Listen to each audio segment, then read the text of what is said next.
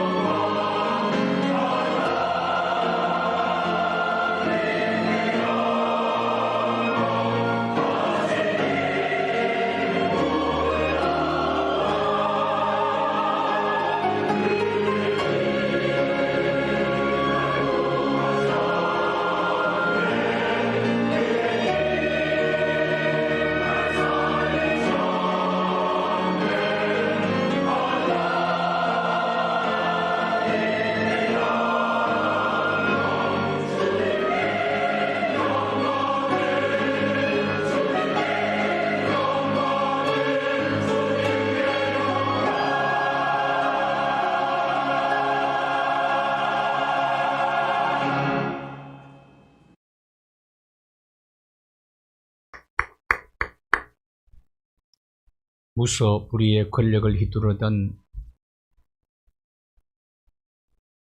사람이 세상을 떠났습니다. 박례를 이제 치렀습니다. 그런데 마지막 순간까지 그는 사과하지 않고 회개하지 않았습니다. 참으로 안타깝습니다. 그의 부인 이순자 여사가 장례식장에서 남편 대신 사과를 했습니다.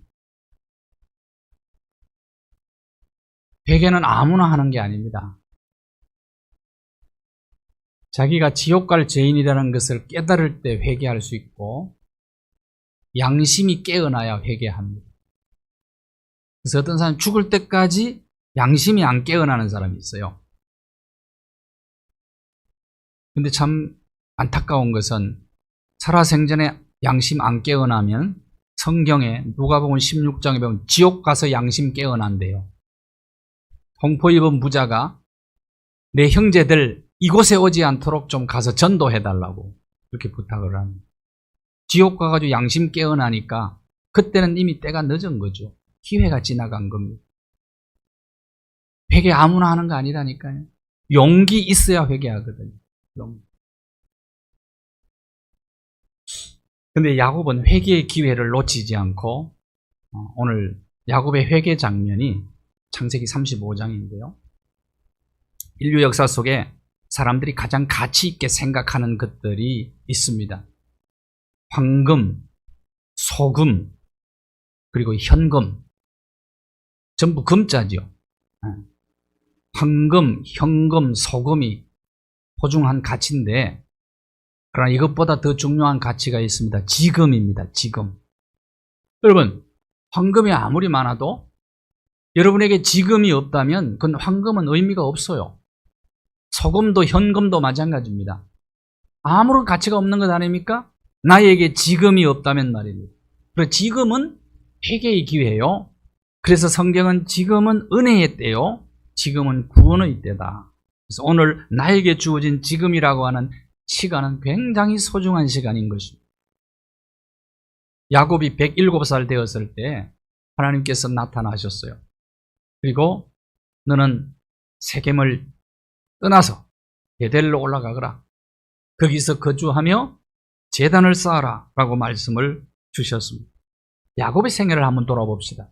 우리 인생이 또 비슷하지요. 야곱의 생애와 수많은 문제들을 안고 수많은 위기들을 만납니다. 바닷가에 갔을 때 파도가 끊임없이 작고 큰 파도가 밀려옵니다. 그것은 꼭 우리 인생과 같은 거예요. 우리의 인생도 그래서 누군가 고해라고 표현을 했죠. 바다와 같다. 수많은 위기들이, 작고 큰 많은 위기들이 끊임없이 우리에게 다가오는 겁니다. 항상 좋은 날만 있는 게 아니죠. 항상 좋은 길만 걷는 것 아닙니다. 어떻게 꽃길만 항상 걸을 수 있겠습니까? 때로는 가시밭길도 걷고 사망의 음침한 골짜기도 통과하고 방략길, 사막길도 있는 것 아니겠어요, 우리 인생에? 그래서 수많은 위기들, 수많은 문제들이 우리에게 다가옵니다. 인생의 파도가 끊임없이 위기라는 파도가 다가옵니다. 어떨 때는 내 잘못 때문에 파도를 경험할 때도 있고 어떤 때는 다른 사람의 잘못 때문에 내가 인생의 파도를 겪을 수가 있어요. 파도의 종류는 여러 가지 아닙니까? 물질의 파도, 건강의 파도, 자녀 문제의 파도, 인간관계의 갈등, 수많은 것들을 우리는 겪으며 살아가게 되는 것입니다. 그런데 이 파도에 휩쓸려 가는 사람이 있는가 하면 파도를 극복하는 사람이 있죠. 그래서 여러분이 파도는 없을 수는, 파도가 없다면 어떻게 바다이겠습니까? 파도를 제거해달라고 기도하지 마시고 파도를 극복하게 해달라고 기도하기를 바랍니다. 아무리 파도 제거해달라고 해도 바다는 파도가 없을 수가 없어요. 하나님이 그 자체를 제거해 주지는 않으십니다. 야곱이 바로왕 앞에 서서 자기 나이를 이렇게 소개하지요. 내 나그네 길의 세월이 130년이니이다. 험악한 세월을 보내었나이다. 자기 나이 소개를 아주 문학적으로 했어요. 험악한 세월을 보냈나이다. 야곱의 생애가 파란만장한 생애였습니다. 그러나 야곱의 생애 속에서 가장 큰 위기는 3번 정도 있었습니다. 하나는 팥죽 사건. 우리가 이미 말씀 나눈 대로 팥죽으로 아버지를 속이고 또 형을 속이고 장자권을 바꾸어버립니다. 형이 분노해서 죽이겠다는 거예요.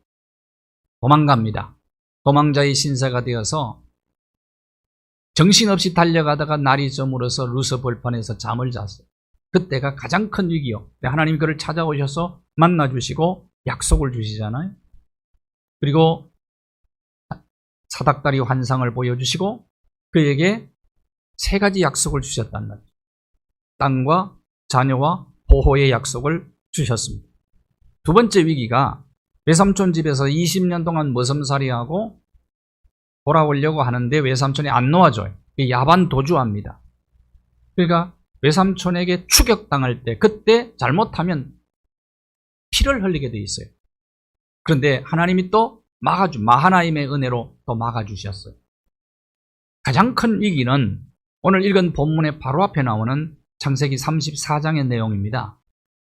야곱의 가정에 큰 풍파가 일어납니다. 야곱의 딸 하나 있었어요. 12남 1녀였는데 그 딸 디나지요. 디나가 세겜성에 놀러 나갔다가 세겜성 추장 하모르의 아들 세겜에게 성추행을 당하고 돌아옵니다. 그 오빠들이요 분노해가지고 시몬과 레위가 앞장서서 둘째 아들 셋째 아들이 앞장서가지고 복수를 하는데 복수가 이건 아주 정당하지 않은 복수잖아요. 세겜성 하모르의 자손들 특별히 그 남자들 할례를 받게 해가지고 몸이 불편한 가운데서 다 쳐서 죽여요. 그리고 하모르의 가정에 자녀들을 그리고 부인들을 전부 납치하고 소와 양과 나귀를 탈취를 해버립니다. 성추행 당한 것도 끔찍한 일이지만은 더 큰 비극이 일어나는 것입니다. 이 야곱이 당한 위기 가운데 가장 큰 위기를 경험을 하게 되죠. 야곱의 생애 속에 그래서 가장 큰 두려움이 엄습해 오는 그때 하나님께서 야곱에게 나타나신 겁니다. 이게 35장이에요. 자, 그 사건 때 야곱이 34장 30절을 한번 보십시오. 시몬과 레위에게 이르되 너희가 내게 화를 끼쳤다. 악취를 풍겼다. 사람 죽인 걸 얘기하는 겁니다. 이제 가나안 여러 족속들이 합심해서 우리 가정을 칠 거다. 그렇게 되면 우리 집 망한다. 이제 망한다. 큰 위기를 만났습니다. 아들들에게 얘기하는 겁니다. 야 이놈들아 너희들 때문에 우리 가정 다 망하게 되었어. 왜 그런 짓을 했냐. 그때 시몬과 레위가 앞장서가서 뭐라고 얘기합니까? 화를 냅니다. 아버지에게. 아니 동생이 이런 일을 당했는데 내 가만히 있을 수 있습니까? 야곱이 정말 어려운 위기를 경험하는 겁니다. 그때 아마도 딸이 어려운 일을 당해서 밤잠을 이루지 못했을 수도 있어요. 그리고 우울증에 빠졌을 수도 있을 겁니다. 가나안 족속들이 합심해서 우리를 치면 우리는 이제는 몰살당하게 된다. 그때 하나님이 찾아오셨어요. 찾아오신 하나님께서 야곱에게 너 딸 간수를 어떻게 해서 그렇게 됐냐? 아니면 아들들 교육 어떻게 시켰길래 그 모양이냐? 네가 사기치고 다니더니 너 죄가를 받는 거야. 하나님 그렇게 말씀하시지 않으셨어요. 여러분이 남의 가정에 일어나는 가정사에 대해서 함부로 재단하지 마시기를 바랍니다. 그때 하나님께서 주신 말씀이 뭡니까? 35장 1절 이하의 내용을 한번 보십시오. 명령 4가지 명령을 하세요. 4가지 명령. 야곱에게 하나님께서 일어나라고 명령을 하십니다. 일어나라. 지금 야곱이 살고 있는 땅은 세겜이라는 땅입니다. 야곱이 품삯을 받지 못한 채 삼촌 라반에게 사기를 당해요. 집에 돌아가겠다고 하니까 야곱을 안 보내줍니다. 외삼촌이. 그러니까 띠놓은 놈이 나누는 놈이 있다고 야곱보다 더 사기를 잘 치는 사람이 누구냐? 외삼촌 라반이에요. 흠싹슬려 몇 번씩이나 준다 그래도 안 주는 겁니다. 그래서 돌아가려고 하는데 내가 너 때문에 복을 얼마나 많이 받았는데 내가 너를 보내주냐 안 보내주는 거예요. 그때 하나님이 또 나타나셔서 주신 말씀이 31장 3절입니다. 이렇게 말씀하십니다. 내 조상의 땅으로 돌아가라. 내 족속에게로 돌아가라. 자, 돌아가라고 한 땅이 어느 땅이라고요? 조상의 땅. 조상의 땅이 어디입니까? 그것이 베델이고 헤브론이었어요. 헤브론. 그런데 야곱은 하나님 말씀을 순종하지 않아요. 돌아오다가 어디에 머무르게 되느냐? 세겜이라는 곳에 머물게 됩니다. 38장 18절부터 20절까지 보면은 세겜 땅에 머물었어요. 자, 조금만 더 가면요. 조금만 더 가면 베델이 나옵니다. 사실은 하나님은 그곳으로 돌아가라고 명령한 거예요. 조상의 땅이거든요. 그리고 헤브론, 그곳으로 돌아가라는 거예요. 더 가면 헤브론이고 조금 더 가면은 베델입니다. 그런데 중간에 보니까 오다가 세겜이라는 곳에 와서 밭을 사지요. 밭을. 왜 밭을 샀을까요? 거기 눌러 앉아 살고 싶어서. 베델은 해발 800m 정도 되는 곳이에요. 그런데 세겜은 평지입니다. 그리고 목초지예요. 좋은 목초지, 기름진 땅입니다. 그러니까 잘 사는 땅이에요. 모든 시설들이 다 갖춰 있는 땅이었단 말입니다. 그런데 그 땅은 어떤 땅이었는가? 그 야곱이 자기 눈에 보기에 좋은 땅이라고 거기에 땅을 사고 장막을 치고 자기 이름으로 등기해놓고 그렇게 계속해서 그곳에 살고 싶었던 게 그런 삶을 10여 년 정도 살아갑니다. 그러나 그 세겜 땅은 어떤 곳이냐면 소돔과 고모라 땅 같은 곳이었어요. 왜? 디나가 그 땅에 사람들 구경하러 나갔다가 성추행 당했거든요. 어떤 삶인지. 아마 휘황찬란한 곳일 수도 있었을 겁니다. 그런데 그곳은 하나님의 야곱의 가정, 하나님의 가족들이 머물러야 될 곳이 아니었던 거죠. 오늘날 저와 여러분의 세겜은 어떤 곳일까요? 이 세겜은 우리가 사는 이 세상과 거의 같은 곳입니다.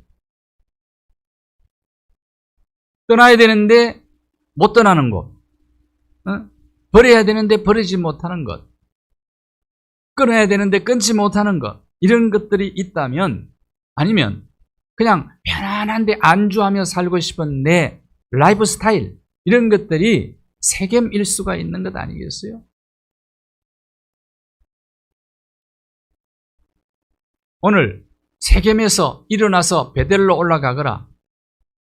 오늘 저와 여러분이 살고 있는 서울을 떠나라는 얘기일까요? 그런 얘기는 아니죠. 우리가 살고 있는 이 세상, 어차피 우리는 여기에 발을 딛고 살아갈 수밖에 없는 겁니다.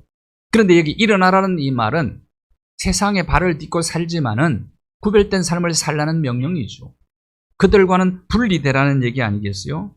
그런데 세겜성에 그런 의식을 갖지 않고 그냥 안주하며 눌러앉아서 거기에 집착하고 취해서 살아가면 어떻게 되느냐? 큰 낭패를 당할 수 있다는 거예요. 큰 낭패. 영국의 해안가에 갈매기들이 어느 여행자가 영국 해안을 갔는데 갈매기들이 막 죽어 있는 거예요. 그 갈매기가 살 수 있는 최적의 환경인데도 불구하고 왜 이렇게 갈매기가 많이 죽었냐고 청소부에게 물어봤습니다. 그랬더니 청소부가 그 이유를 이렇게 얘기합니다. 관광객들이 와가지고 갈매기들에게 과자를 주고 사탕을 주고 단 걸 자꾸 주고 이렇게 해서 이 갈매기들이 관광객들이 가고 난 다음에 추운 겨울에는 입맛이 바뀌어버려가지고 자연 먹잇감들이 그렇게 많이 있는데도 입맛이 바뀌어서 안 먹는다는 거예요. 그래서 죽었다는 거예요.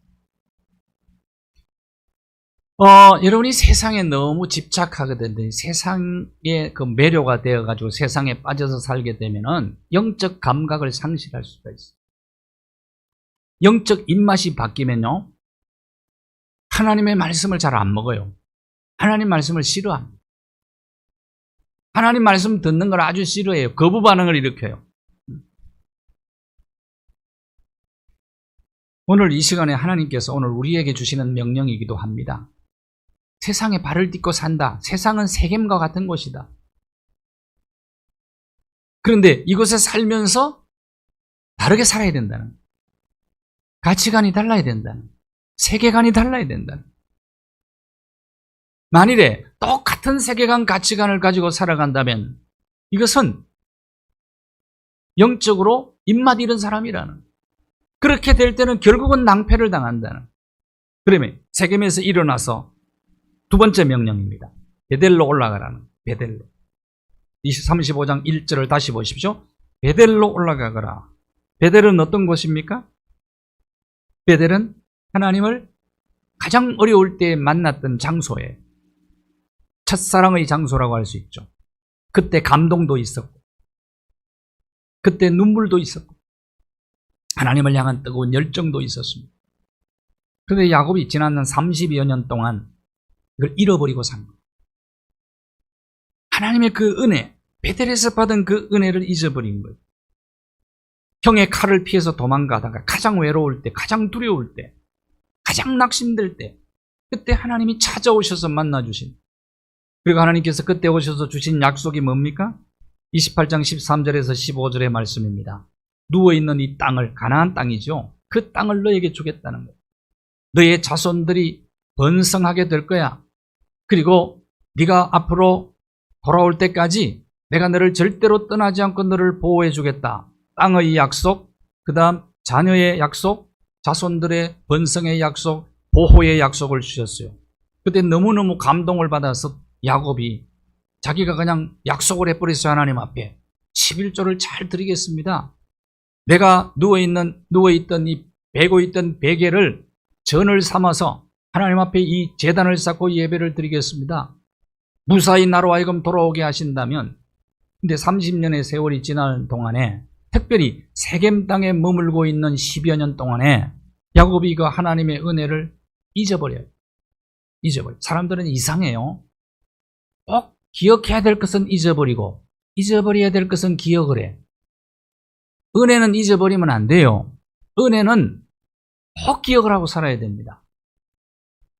은혜를 잘 잊어버리는 사람, 모르는 사람을 배은망덕한 사람이라고 그러는데, 그런 사람은 사람답게 살 수가 없어요. 그래서 은혜는 사람들이 이상해요. 은혜는 물의 색이고 원하는 돌의 색이에요. 잊어버려서는 안 될 것을 잊어버리고 산다 이 말이죠. 그러니까 잊어버려야 되는 것은 또 기억하고 사는 거예요.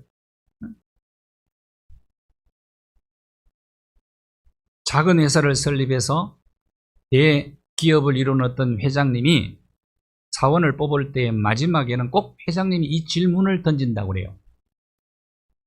당신이 우리 회사에 입사하게 된 것은 운이라고 생각하십니까? 아니면 당신이 피나는 노력을 한 결과라고 생각을 합니까? 이런 질문을 던진대요. 그런데 자기 노력의 결과라고 생각하는 사람은 그 채용을 안 해.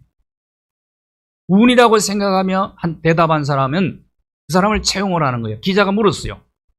왜 그렇게 하시냐고, 이유가 뭡니까? 라고 물었더니, 운이라고 생각한 사람은 다른 사람에게 감사할 줄 안다는 거예요. 한마디로 말하면 은혜로 나는 이 회사에 들어오게 된 겁니다. 내가 채용된다면 말입니다. 겸손하다는 거예요. 남에게 감사할 줄 안다는 거예요. 이런 사람은 어려움 일을 당할 때 창의적으로 잘 극복을 해나간다는 거예요. 그런데 내 노력으로 되었다 그러면서 이 사람 교만하다는 거예요. 왜 회사가 내가 능력이 있는데 이만큼 대우를 안 해주냐, 그럴 가능성도 있어서 장기적으로 볼 때는 이 사람이 훨씬 더 낫다는 거예요. 운이 좋아서 들어왔다 이렇게 생각하는 사람이 감사할 줄도 알고 문제 극복 능력도 더 강하다는, 마찬가지입니다. 내가 잘나서 잘 산다고 생각하는 사람은 한마디로 말하면 교만하다는 거예요. 이 사람은 은혜를 몰라, 감사할 줄을 모르는 사람이다. 사도 바울의 고백을 한번 들어보십시오. 바울이 어떤 사람입니까? 고린도전서 15장 10절을 보시면, 나의 나된 것은 하나님의 바울은 언제나 하나님의 은혜를 생각하며 살았어요. 잊지 않습니다. 다른 사도보다 더 많은 수고를 했어요. 근데 그 수고를 안 내세워요. 왜? 하나님의 은혜가 너무 큰 거예요. 나의 나된 것은 오직 하나님의 은혜입니다. 하나님의 은혜 여러분 잊으시면 안 됩니다. 베델은 하나님을 만났던 은혜의 장소거든요. 근데 그걸 잊고 사는 거예요, 야곱이. 은혜를 잊어버렸기 때문에 그 가정에 풍파가 일어난 원인 제공을 한 겁니다. 기억력이라는 것이요. 기억력이 이제 나이가 들면 들수록 약화되잖아요. 요새 저도 기억력이 굉장히 좀 약화된 것 같아요. 잊어버릴 때가 굉장히 많아요. 깜빡깜빡. 제가 이제 34살에 이 교회 담임 목사가 됐잖아요. 근데 제가 이제 지공파가 됩니다. 지공파가 뭔지 아시죠? 지하철 공짜로 타는 거예요. 지공파. 지공파가 이제 됐어요. 아직 정은 안 나왔는데, 그 지금 이 핸드폰을 손에 들고 핸드폰을 찾을 때가 있고, 뭘 놔두고 와가지고 몇 번씩 나갔다 들어오고 들어갔다 나오고 뭐 이렇게 할 때가 있어요. 건망증이 있는 사람들이 있습니다. 특별히 많은, 심한 사람이 있어요. 제가 이제 가까이 지낸 목사님 한 분이 저보다 3살 많은데, 이분이 지하철에 타고 오다가 가방을 놓고 내렸어요. 지하철 그 보관소 있잖아요. 그 분실물 보관, 그거 가가지고 찾으러 가가지고 찾아가지고 오다가 지하철에 또 내고 내렸어. 심한 분이 있어요. 어떤 분이 퇴근을 하면서 밴드를 손에 붙이고 들어왔어. 밴드를 붙일 때는 생각이 있어 붙였는데 들어와가지고 밴드를 보니까 왜 붙였는지를 몰라. 왜 붙였는지. 이게 왜 붙였느냐 이거 고민하다가 2시까지 잠을 못 잤어. 2시에 생각이 났어. 왜? 오늘은 일찍 자자. 그 생각하기 위해서 붙였는데 그렇게 된 거예요. 잊어버리는 게 많습니다. 어떤 이제 할머니가 결혼식에 가가지고 봉투에다가 축 결혼만 쓰고 자기 이름을 안 쓰고 낸 거예요. 그래서 그 다음에는 아이고 내 이름을 안 썼지 지난번에는 그 이름을 잘 썼어요. 3장 잘 넣고 택시를 탔어요. 대방동 갑시다 하고 갔는데 가다가 자기가 어디 가자고 했는지 잘 몰라.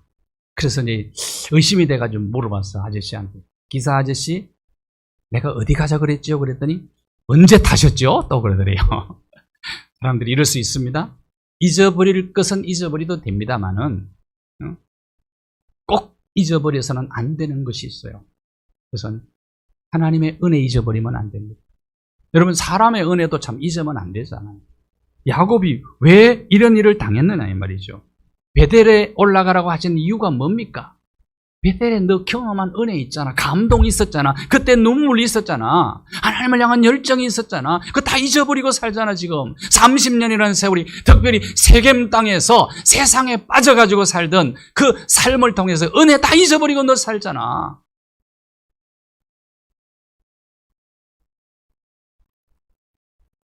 그거 회복하라는 거예요. 그 다음 3번째 명령입니다. 3번째 명령과 4번째 명령을 함께 하겠어요. 거주하면서 베델에 올라가서 거기 거주하면서 제단을 쌓아라. 제단을 쌓아라.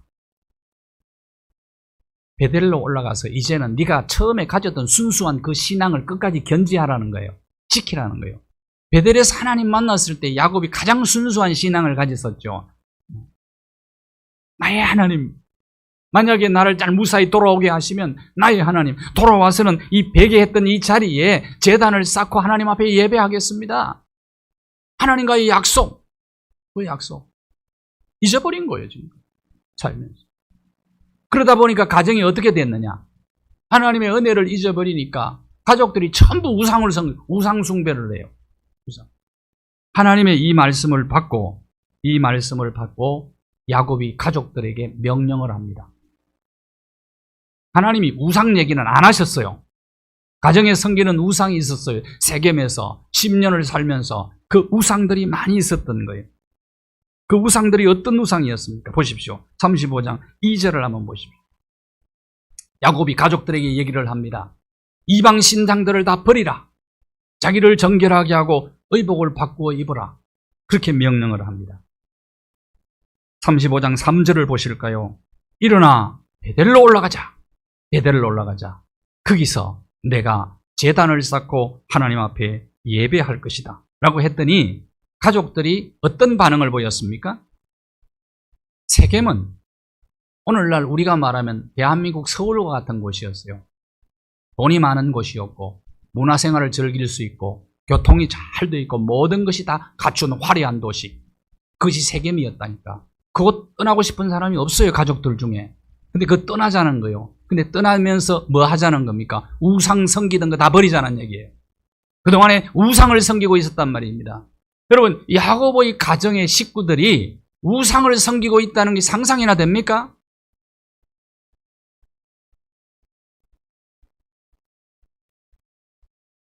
순수 신앙을 잃어버렸다는 거예요. 순수 신앙을 야곱. 그리고 가족들이 우상 숭배를 하는데 야곱이 묵인하고 묵과했겠느냐 이거예요. 왜 그렇게 했을까 하는 거예요.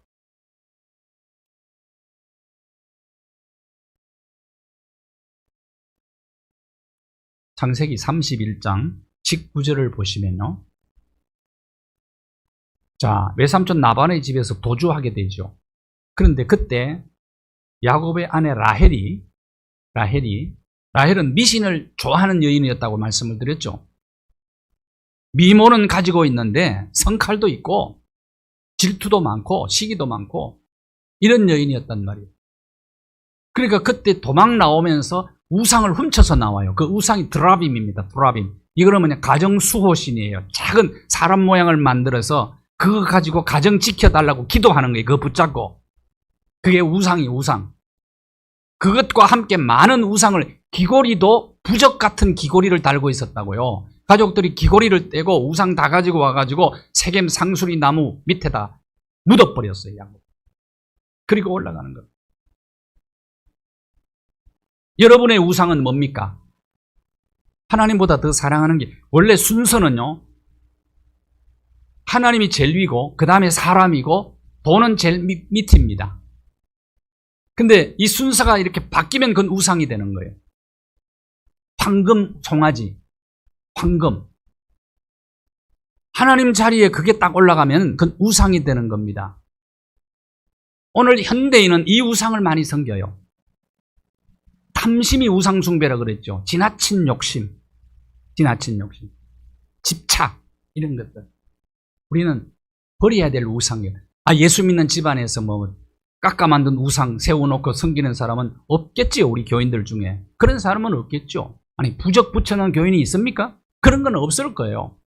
없는데 마음속에 우상이 있어요. 마음속에. 이거 버려야 되거든. 순서가 바뀌면 이거 우상이라니까. 우상. 사람 밑에 돈이 있어야지 돈이 사람 위에 있으면 되겠습니까? 그래서 문제들이 생기는 거라니까요, 세상에. 이게 우상숭배 때문에 생기는 거란 말이죠. 이걸 버리라는 거예요.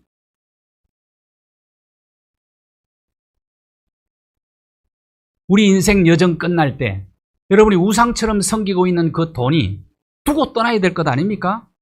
두고 떠나야 된다니까. 보십시오. 뭐 나는 새도 떨어뜨린다고 하는 권력자가 정말 두고 떠나잖아요, 다. 그가 두고 떠났는데도 지금 뭐 그 나머지 벌금을 받아내야 된다, 법 제정한다고 난리잖아요. 인생 그렇게 살면 안 되잖아요. 얼마나 부끄러운 일입니까? 세겜에 도취되어 사는 삶은 어리석은 삶입니다. 오늘 밤 네 영혼을 찾으면 네가 가지고 있는 황금이 누구의 것이 되겠느냐 이 말이에요. 그 현금이 누구의 것이 되겠느냐 이거예요. 어리석은 자의 삶이라는 거예요. 야곱이 10년 동안 세겜에서 그런 삶을 산 거예요. 그런 삶. 그러니까 온통 가족들도 우상을 숭배를 해버려요. 그 가정이 무사할 수가 있겠습니까? 큰 낭패를 당하죠. 그때 정신 바짝 차린 거예요. 그렇구나. 이런 일을 당한 것은 내가 은혜를 잊어버리고 살았기 때문이야. 깨닫고 하나님과 약속했던 그 약속을 생각하고 야곱의 양심이 깨어나 버린 거예요. 그러니까 올라가는 거예요. 그럴 때 순종을 하고 올라가니까 모든 것 다 회복됩니다. 9절 한번 보실까요? 9절. 야곱이 밧단아람에서 돌아오매 하나님이 다시 야곱에게 나타나셔서 이제 복을 주십니다. 어디로 올라갔다고요? 어디로 돌아왔어요? 베델로 돌아온 거예요. 베델. 돌아오니까 하나님께서 그때 복을 내려주십니다. 35장 10절을 보시니까 이제는 야곱이라고 네 이름 부르지 말고 이름 바꿔 라고 얘기합니다. 뭘로 바꿨다고요? 이스라엘로 바꾸라. 이스라엘. 이스라엘이 무슨 뜻이냐? 승리자라는 뜻입니다. 승리자. 하나님의 왕자라는 뜻입니다. 여러분, 하나님 말씀에 순종하면 승리할 수 있어요. 하나님 말씀에 순종하면 하나님의 왕자답게 살 수 있어요. 이렇게 되는 겁니다. 베델로 올라갔단 말이에요. 베델로. 야곱은 완전히 이제 근본적으로 모든 것이 바뀐 겁니다. 바뀐 겁니다. 회복이 됩니다. 순종하면 그렇게 되죠. 그 다음 11절 12절에 보면 네 자손들이 번성할 것이다. 총회가 네게서 나온단 말은 이스라엘 12지파의 족장이 야곱의 12아들이 되고, 그리고 민족의 조상이 되잖아요. 그리고 왕들이 네 허리에서 나올 거다. 왕들. 그 네 번째 아들 유다를 통해서 왕들이 계속해서 나옵니다. 놀라운 축복을 약속하잖아요. 그 다음에 땅을 주겠다. 땅을 주겠다. 저와 여러분이 하나님 은혜를 체험했던 그 순간, 그 순간을 여러분 순수신앙으로 간직할 수 있어야 돼요. 하나님의 은혜를 경험한 그 시간, 그 사건 너무나 소중한 거거든요. 너무. 순수신앙을 유지하지 못할 수가 있어요. 우리가 이걸 매너리즘이라 그러는데, 신앙의 연륜이 이렇게 너무 쌓이다 보면은 그냥 매너리즘에 빠질 수 있다면, 안일주의라 그래요. 안일주의. 그렇게 빠지면 잘못하면 은혜를 잊어버리게 된다는 거예요. 그러니까 세상에 안주하고 세상에 도취되어서 그냥 여기가 좋사오니 그렇게 살 수 있다는 거예요. 그것은 그리스도인의 삶은 아니잖아요. 그리스도인의 삶은 바른 세상에 딛고 살지만은 모든 것은 다른 삶을 사는 겁니다. 구별된 삶을 사는 것입니다. 하나님의 은혜를 기억합니다. 1597년 2월 5일 날 일본 나가사키에서 신앙을 지키다가 십자가에 처형당한 26명의 순교자가 있어요. 에어컨, 이 히터 좀 꺼주십시오. 예.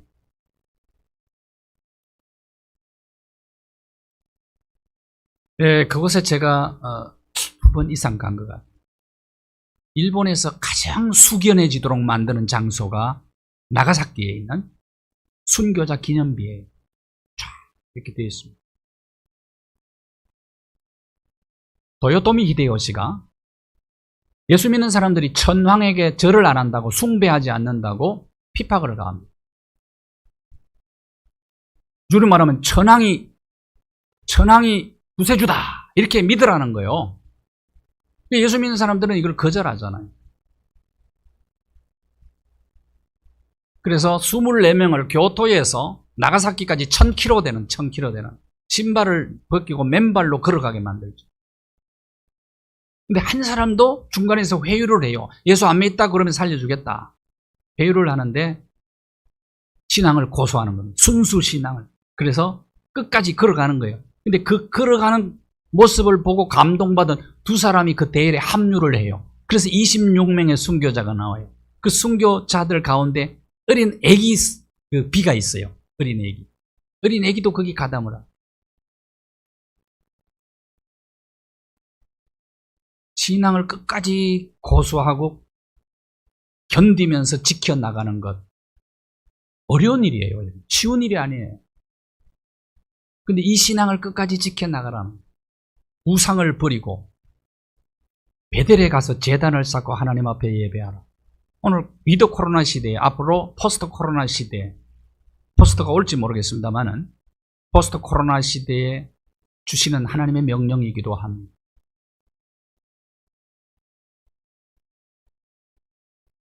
우상을 버리고 제단을 쌓고 잃어버린 예배의 열정을 회복하는 것. 하나님의 이 명령에 순종하면 모든 것이 회복됩니다. 모든 것은 회복이 되어집니다. 야곱에게 주신 축복의 약속.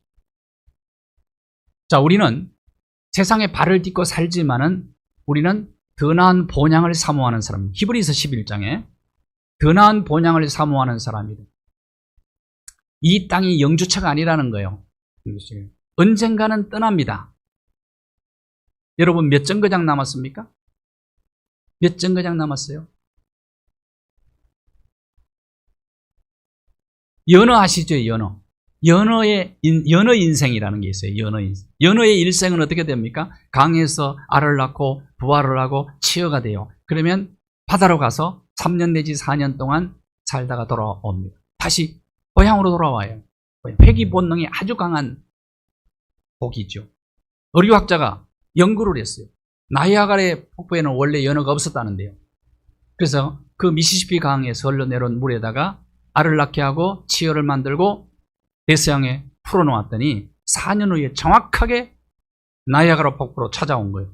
근데 와가지고 고향으로 가려고 폭포에 뛰어오르는 거예요. 도전하는 거예요. 그러다가 어떤 연어는 머리에 깨져서 피가 나고 아가미가 터지고 피가 나고, 그런데도 정말 마지막에는 뛰어 올라갔더라는 거예요. 뛰어 올라갔다. 이 세상이 전부가 아닙니다. 진짜 본향은 여러분 하나님의 나라입니다. 그 나라를 사모하는 것, 그것이 바로 베델 아닙니까? 베델은 하나님의 집 아니에요. 이 땅에 우상을 제거하고 이 땅에 살지만 세상과는 좀 구별된 삶을 살아가면서 제단을 쌓고 예배의 열정을 회복하면 우리의 잃어버린 모든 것을 회복하게 될 것입니다. 하나님 감사합니다. 말씀 나누었습니다. 세상에 발을 딛고 살지만은 세상을 너무 사랑하거나 세상에 도취되거나 세상에 빠져 사는 어리석은 범치 않게 도와주시고, 구별된 삶을 살면서 우리가 가지고 있는 모든 우상들을 제거하고 제단을 쌓고 잃어버린 예배의 열정, 주님 만났던 그 아름다운 만남의 은혜, 그리고 그 사랑의 열정, 감동, 눈물 다시 회복하여 잃어버린 모든 것을 우리 모두가 회복하여 그 축복을 누리며 살아가기를 원하는 모든 주의 자녀들에게 은총과 복을 내리워 주옵소서. 예수 그리스도 거룩하신 이름으로 기도하옵나이다. 아멘.